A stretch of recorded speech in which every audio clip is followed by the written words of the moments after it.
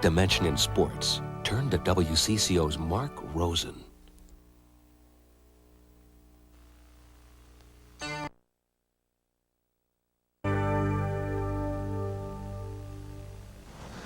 That wraps up our week.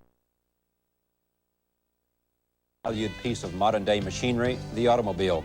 Whether you're in the market to buy one or want to hear from two top race car drivers, we'll have that and much more.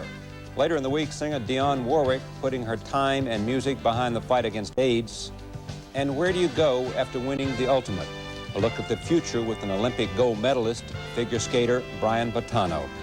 Until then, for all of us here at Night Watch, I'm Charlie Rose in Washington.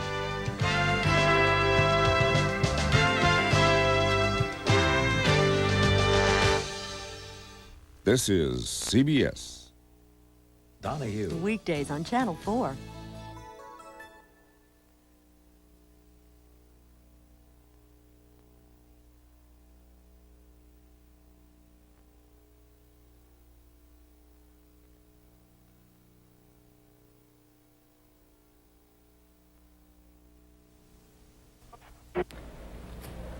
Hundreds of firefighters fought 2,000-degree temperatures as the West's tallest building burned out of control. But the LA fire is just one of several disaster stories tonight. WCCO Television presents Pat Miles, Don Shelby, Mike Fairborn, and Mark Rosen. This is the 10 p.m. report. Good evening, everyone. In a matter of 24 hours, 4 freak disasters have now left 4 people dead, 7 missing, more than 300 injured. We're going to begin our coverage in Louisiana. An explosion and fire at a Shell oil refinery in Norco, Louisiana. It killed 1 worker, injured 42 people. 6 others are missing tonight. Thousands of residents nearby were evacuated as firefighters fought for 5 hours to bring the blaze under control. The blast was strong enough to set off burglar alarms 20 miles away, the cause not known. Authorities in Henderson, Nevada tonight say it was the vice president of the rocket fuel plant that died yesterday when thunderous explosions destroyed the facility. The company's comptroller is missing and feared buried in piles of hot metal and rubble. Nevada's governor has asked President Reagan to declare the site a disaster area. In Chicago, 1 man is dead, another seriously injured. The roof of a plumbing supply warehouse collapsed this afternoon. It took more than 30 minutes for rescue workers to reach the workers, and when they did, they found 1 was dead, still sitting upright on his forklift. Chicago authorities say the building collapsed when a forklift hit a support beam.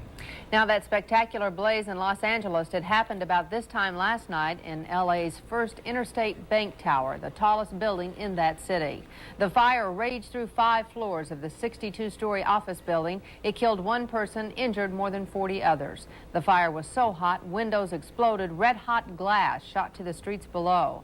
It took 300 firefighters more than 3 hours to bring the blaze under control, and at one point officials thought they would lose the battle. A precious 40 minutes were lost waiting for a city water system to be turned on. It had been shut down illegally. During the day, nearly 4,000 people work inside, but authorities estimate only about 50 people were there when the fire broke out on the 12th floor, and some of them were able to find the stairs through the thick smoke. Others were forced to the rooftop. They were plucked to safety by helicopters. This morning, arson investigators searched for a cause. The body of the lone victim was brought out, and a building foreman caught in an elevator. Survivors say they heard him yelling for help. The skyscraper did not have a sprinkler system. It was built before the California law that requires sprinklers went into effect. Workers at the bank building were installing a $3 million system. It was 90% complete. The LA story prompted questions today about just how protected are the 2 biggest buildings in Minnesota, the IDS Tower and the new Norwest Bank building, now under construction. After all, the old Norwest building was destroyed by the Thanksgiving Day fire in Minneapolis almost 6 years ago. The new building will have new devices which could prevent that from happening again, but there are some limits to protecting our tallest buildings. Alan Cox with an added dimension to this story. In its 15 years, Minnesota's tallest building has never had to evacuate because of a fire inside. If it ever happened, the alarm would probably originate from here, an underground control center that monitors the IDS center. Controllers would shut down floors, command occupants through loudspeakers, guide firefighters timed to arrive within 5 minutes. What controllers could not do is trigger sprinklers. Like the LA Bank building, the IDS center was built before sprinkling systems were required. Its only sprinklers are on the top 2 floors and the bottom 15. Outfitting the rest could cost $2 million. We do not have any plans to install any further sprinklers. Again, we really believe that the early detection is the most important thing. Instructional pamphlets and videotapes tell building occupants what to expect. Stairwells are pressurized to withstand flames at least 2 hours. Across the street, where the 1982 Thanksgiving fire did its worst, state-of-the-art safety systems are nearing their final checkout. The first occupants of the Norwest Center hope to move in this summer, and most of the fire systems must be operative by then. Sprinklers stand guard over every floor. Tanks hold water midway up the building. Giant fans on the roof can pressurize stairs and individual floors to contain smoke. We have many of the things that they were in the process of trying to install in the building when their catastrophe happened. The designs are checked at fire department headquarters by inspectors who know their ladder trucks can only reach the first 7 floors. So a high-rise building is very similar to a ship at sea. You have to provide the firefighting equipment within that building because many of the people are not going to be able to get out of that building until the fire is under control. Most of their planning is based on the assumption the fire will not move beyond the floor where it began. Fire codes for skyscraper construction are supposed to ensure that. Still, the advice for occupants is to move away from the fire even if it means going higher and waiting without panic for rescuers. Alan Cox, WCCO Television News, Minneapolis.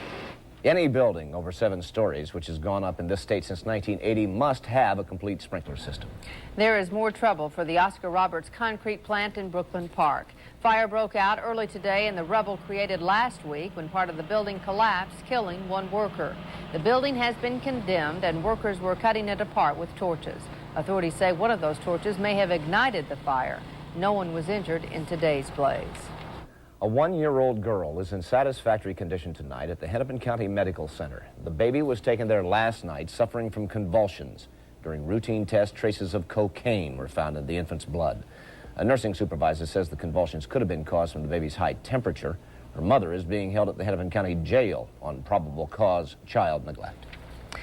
The numbers are in, and all those illegal aliens who applied for amnesty to live legally in the United States. More than 1,000 applied in Minnesota during the year-long sign-up period. Across the country, more than 1.6 million people signed up. Immigration officials called the program a success despite not hitting the 2 million mark.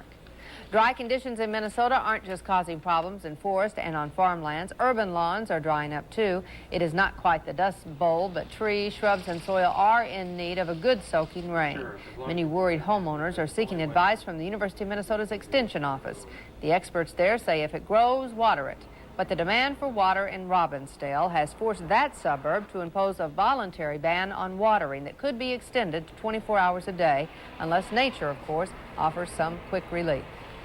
There is more to report tonight on that baby condor that we've been telling you about. First of all, it's doing okay, and its caretakers in San Diego are using a hand puppet that looks something like a grown-up condor to feed it. Little Malaco needs to eat about 8 times a day, and its human handlers think the hand puppet offers that special motherly touch.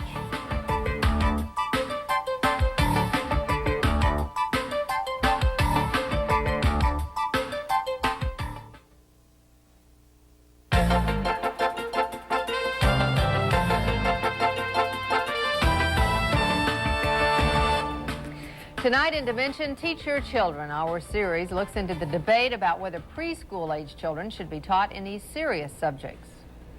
First, education stories making news today and tomorrow. Governor Perpich tomorrow will sign a bill to increase the amount of money attached to each public school student. A total of $38 million will mean an additional $20 to $30 for each student. The National Education Association announced today that teachers' salaries went up 5% last year.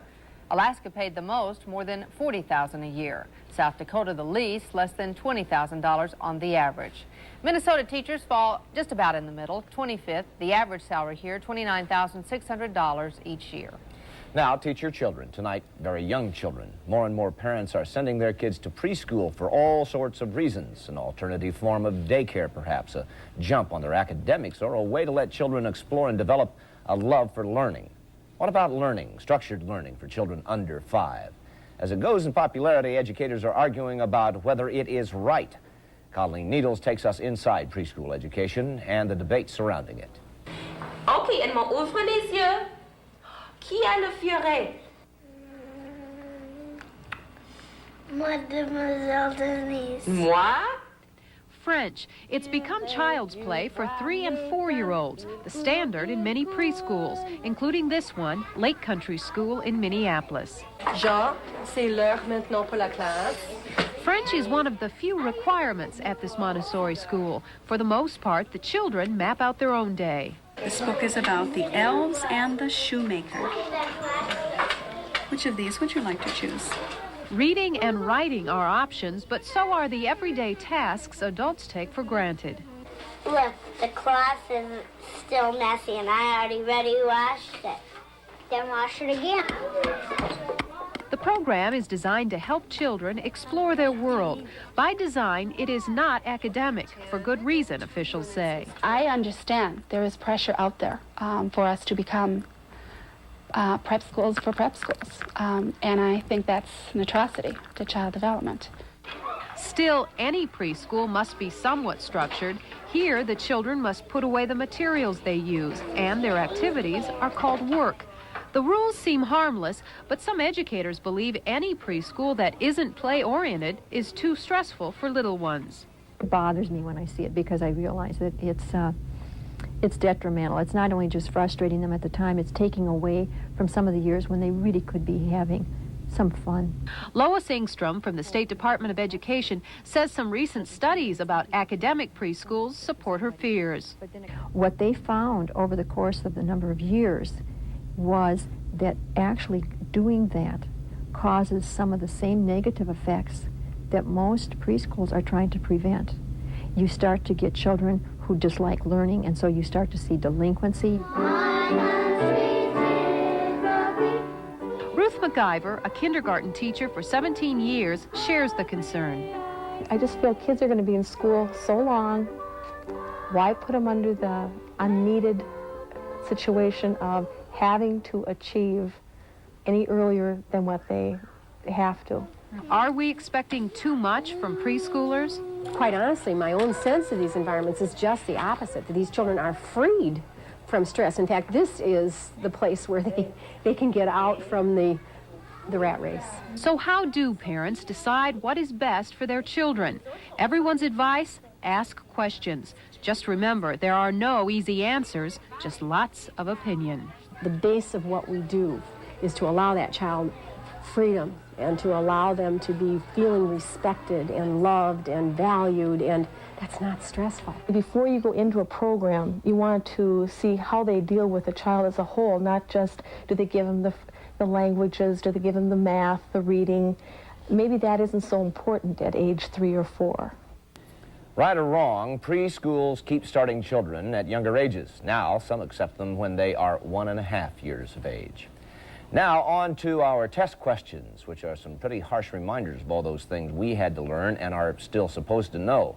This week, we're looking at elementary questions, which tonight come from Claire Savanich, a sixth grade teacher in Highland Park. End of the year, in my class, my students will know the following. How do you measure the area of a rectangle? A, length plus width. B, length plus width plus height. C, length times width. What are the first 10 amendments to the Constitution called? A, federal system. B, Bill of Rights. C, judicial branch. Which sentence is alliteration? A, how are you? B, Sally sells strawberries. C, the leaves fall gracefully. The answers tonight after sports.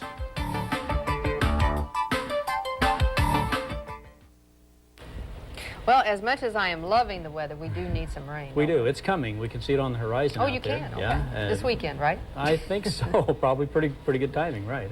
82 today, warmest temperature so far this season, and we're going to unveil the newest addition to our Weather Center 4. Oh, You've seen our 4-dimension satellite. Oh, is that where you kind of see from the angle the clouds? That's right. You can see it here. As you can see, coming in from the Dakotas, not only the clouds, what we're actually doing is we're sitting over the top of Kansas City and looking northward toward Minneapolis at about a 30-degree angle, and we can see not only the clouds moving, but we can also see them billowing up, and we're getting some pretty good thunderstorms billowing up out of Colorado right now and moving up into parts of the western part of Nebraska, and we think that through the summer months, as these thunderstorms roll into us, we'll not only be able to see where they're moving, but we'll also see the height of them. The height is related to the severity of the weather, so maybe it's a good tool for us, a useful tool to watch. Stay tuned, okay? 82 degrees was our high temperature today, 47 for a low. Stay tuned for the weekend. We might see some of those in here by then. No precipitation in the past 24 hours, sunrise and sunset there. For tomorrow, take a look at the high temperatures today. Little bubbles of 80s popping out inside this big area of 70s that has encompassed the entire midsection of the country, causing some real problems. In fact, we've got some kind of scary video from out in South Dakota. Blowing and drifting sand and dirt out there, reducing visibilities, clogging many of the ditches that are out there. This is reminiscent of the Dust Bowl. You can see how deep it has piled up in some areas, as much as a foot. Also clogging fence posts. So some real problems out there. And earlier today, the National Weather Service out of Sioux Falls, South Dakota, issued a special weather statement for this entire area of South Dakota. Dust bowl conditions tomorrow. Winds out of the south-southeast up to 45 miles an hour. Blowing, dust, and dirt. Visibilities below a half mile. Maybe some travel problems out there as well. So not very good conditions. The only hope is that some of these showers and thunderstorms moving in may produce enough rain to kind of settle things down out there for them. Right now, most of it is located in parts of Colorado and in Kansas. It is drifting northward, but it's moving kind of slow right now, and it looks like maybe by late tomorrow night, we'll begin to see some of that activity. We have a cool front out to the west that's located right now, still back way in Nevada, but it's moving up in our direction, and as it does, it's picking up a little bit of moisture. That's going to be the limiting factor to it, but enough shower and thunderstorm activity, at least across the Dakotas, to bring them a little bit of relief, maybe into us by the weekend, but very, very strong winds associated with that low pressure area. Winds here tomorrow will pick up around 30 miles an hour. In the meantime, we'll be back up into the 70s, near 80 degrees. Our current conditions, we're clear. The temperature is 64 degrees. The air is calm. We're still dry. Both humidity and dew point, and the barometer is rising. Our forecast then for tonight, clear and mild, 50 for an overnight low. Southeast winds 5 to 15. Mostly sunny, windy, and mild tomorrow. Again, up in the upper 70s to near 80 degrees, but 30-mile-an-hour winds. Windy with a chance of thunderstorms tomorrow night, 58 degrees for a low, and for Saturday, partly cloudy, warm and windy again. A chance, at least, of some thunderstorms, 78 degrees. The extended outlook, by the time we get back to work on Monday, the showers and thunderstorms will be ending. We'll also be cooling off back down into the 60s by Tuesday. And Pat, if your allergies were bothering you today, the pollen count was 946. Most of that was oak, and there was a little bit of birch mixed in there as well. A lot of sneezing, though. Even if you didn't have allergies, you were sneezing. All right, thanks, Mike. Now a look at some of the rest of today's news. Minnesota's newly acclaimed Woman of the Year is Kathleen Teasley. She is Director of Pharmacy Nutrition Support Services for the University of Minnesota Hospitals and Clinics. A group called HEART, short for Help Enable Alcoholics Receive Treatment, held its 8th annual benefit show tonight. HEART helps people whose financial problems are so big they cannot concentrate in the recovery process. Don, by the way, was host for tonight's benefit. A great benefit it was. CCO Television received 5 awards tonight at the Sigma Delta Chi Journalism Awards, including 3 first-place finishes for Child Protection Investigative Report, an in-depth first place for Inside the Latimer Campaign, and Spot News for a night the Twins won the American League pennant. And Orville Beese is retiring as Executive Director of the Minnesota State High School League. Beese spent 18 years with the league and 39 years in education and coaching.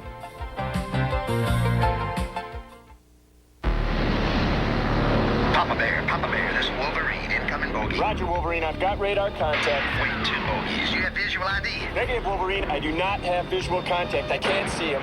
They gotta be there. Wait, there they are, dead ahead, on the nose. It's time to rock and roll. Damn, Papa Bear. Woo-hoo! Papa Bear, Papa Bear. Pop, give me back my computer.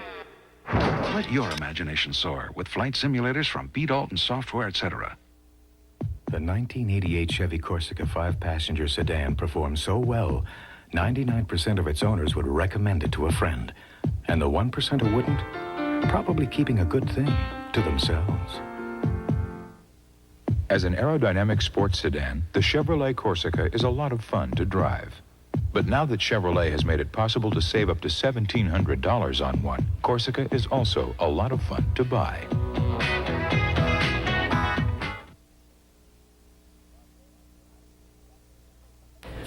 Mark Rosen tonight is catching the Michael Jackson fever.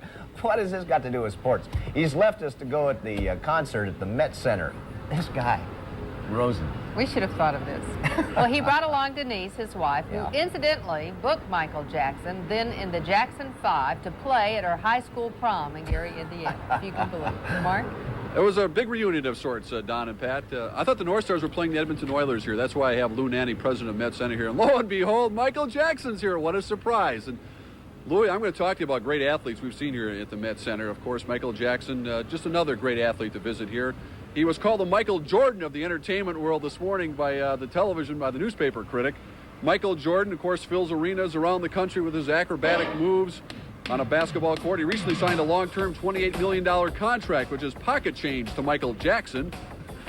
Jordan has played at Met Center before, and so has this man coming up. His name is Wayne Gretzky, the most dominant player in the world of hockey. Gretzky has done everything but moonwalk across the ice. Now, Michael Jackson, Louis, in your estimation, how does he characterize himself as an athlete? Well, Mark, if you look at the way he moves, his agility, his quickness, and the versatility he's got, he probably could have been a great athlete. All great athletes got that kind of skill, and just even the way he leaps around the stage. We were talking about it earlier today, that he probably could have been a very good athlete with the quickness he's got and the athletic ability that he has.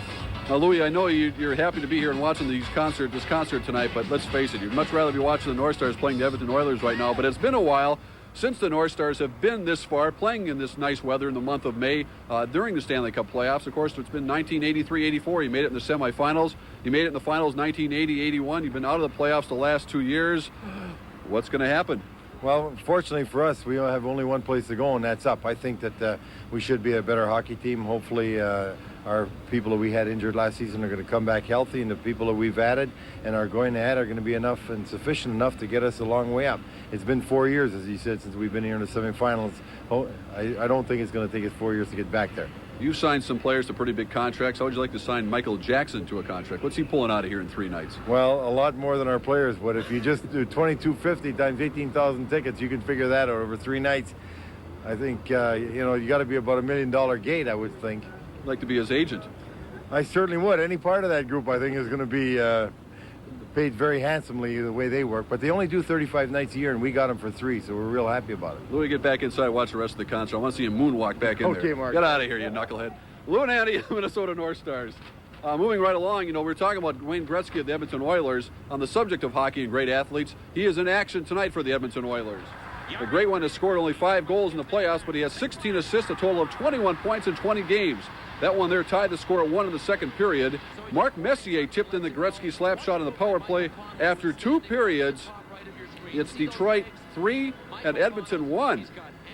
Big surprise right there. Meanwhile, in the NBA tonight, Dallas 107-97 over Houston. Dallas wins that series 3-1.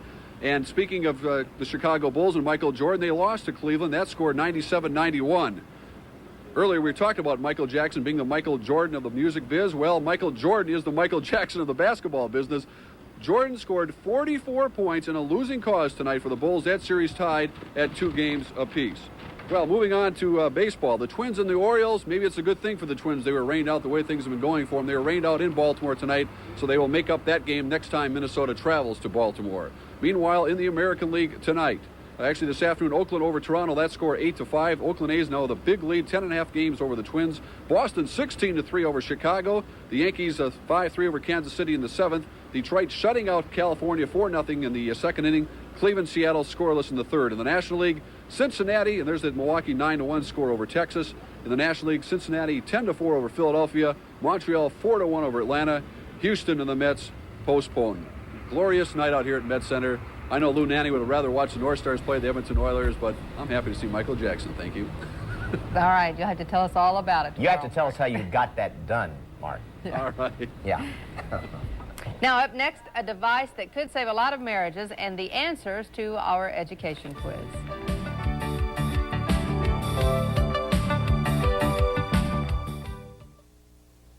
We asked growers using atrazine on quackgrass why they didn't switch to Roundup herbicide for better control. It costs too much. Well, I'll bet it's $18, $19 an acre. Not anymore. The price of Roundup has been cut 3 times in 3 years. Now it's $15 an acre. What do you say to true quackgrass control for $15 an acre? I say Roundup's worth another look. Sure. Now the best quackgrass control costs less. See your dealer about Roundup.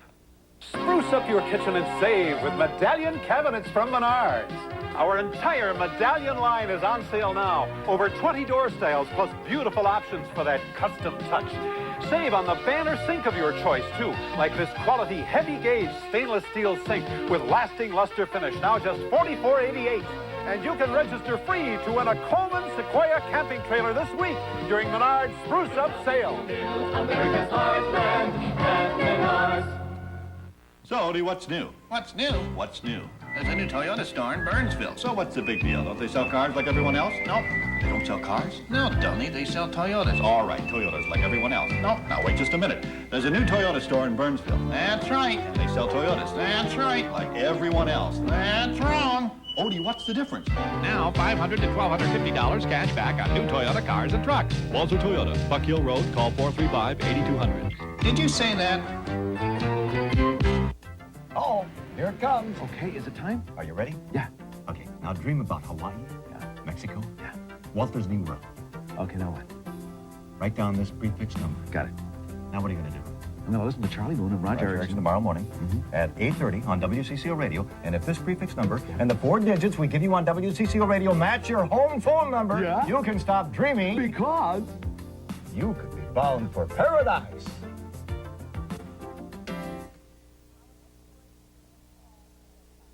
Our next story can truly be called a bedtime story. Well, it can indeed, but the story is about a problem, one that affects the lives of more than 80 million people every night, maybe 160 million people if you listen closely. Snoring. There are lots of homespun cures and devices that claim an instant end to the misery. More often than not, they don't work. But our health and science reporter, Tony Vigneri, talked with an Excelsior dentist who believes he's found a solution. If there is a snore in your family, you know the sound too well.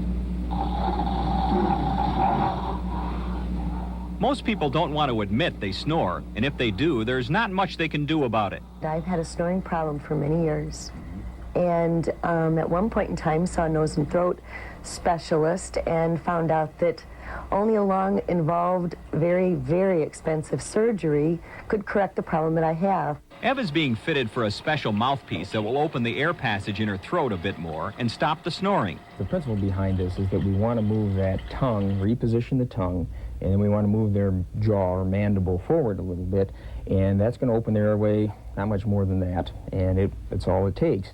The snoring device is custom made to fit a person's mouth. Molds are taken of the upper and lower teeth, and the jaw is measured to ensure a comfortable fit. Otto Johnson has worn it comfortably now for a month, and it works. His wife Lorraine says it's been 20 years of snoring, but all that's over now. It's completely different. I don't wake up during the night. If he snores, I don't hear him. So, I don't know. This is quite a change. Oh, unreal. It's just, it works. It just does work. I used to have a dry mouth. I don't have that anymore, and I rest a lot more comfortable in the morning when I wake up. I feel more rested. While there is no guarantee this device will work for everyone, it's no sleeper. The success rate has been 90%. Tony McNary, WCCO Television News, Excelsior. That device costs about $375. Some cases, insurance has covered the cost. Now, did the sixth graders in your home get all the test questions? Better yet, did you get them? Well, here are the answers. How do you find the area of a rectangle? You have to multiply length times width. The first 10 amendments to the U.S. Constitution are called the Bill of Rights. They're on display in Washington. And the final question, the English question about alliteration. That's when you have words beginning with the same letter strung together. So it's Sally sells strawberries, not to be confused with a tongue twister. All right, and that's where we're going to leave it for this Thursday, May 5th. Until tomorrow, good night, everyone. Good night. Donahue. Weekdays on Channel 4.